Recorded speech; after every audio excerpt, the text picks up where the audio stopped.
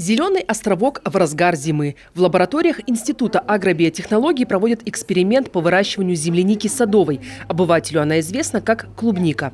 Здесь в климатической камере свой календарь. И сейчас июнь. Есть даже первые ягоды. Ученые могут контролировать все процессы внутри этого оборудования.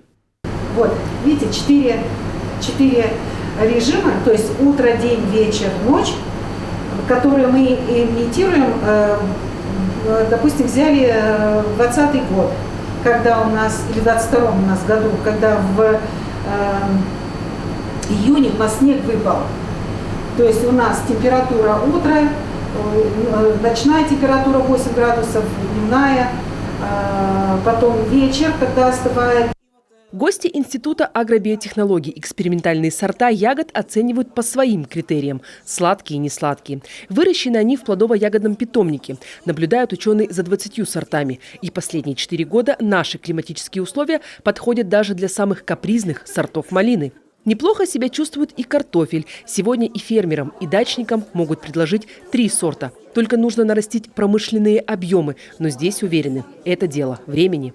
В нашей коллекции, в нашем хранилище заложено определенное количество сортов именно тоже вот наших Зырянец, Вычегодский, Печорский, которые мы планируем больше масштабировать. Их сейчас как раз вот ведутся, скажем так, переговоры по созданию семеноводческого центра, который в перспективе будет масштабировать вот эти наши семена.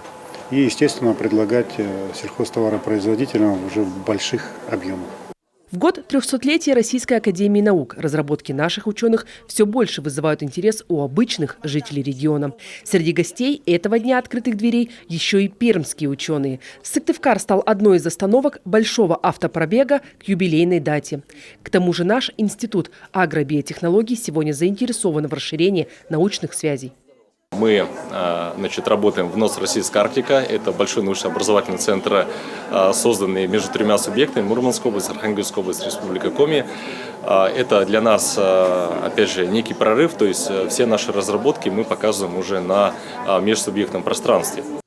Обновляют в институте и свое лабораторное пространство. В рамках нацпроекта «Наука», к примеру, закупили комплекс для микробиологических исследований и аппарат УЗИ для сельскохозяйственных животных. Все без исключения разработки ученых этого института направлены на помощь нашим аграриям.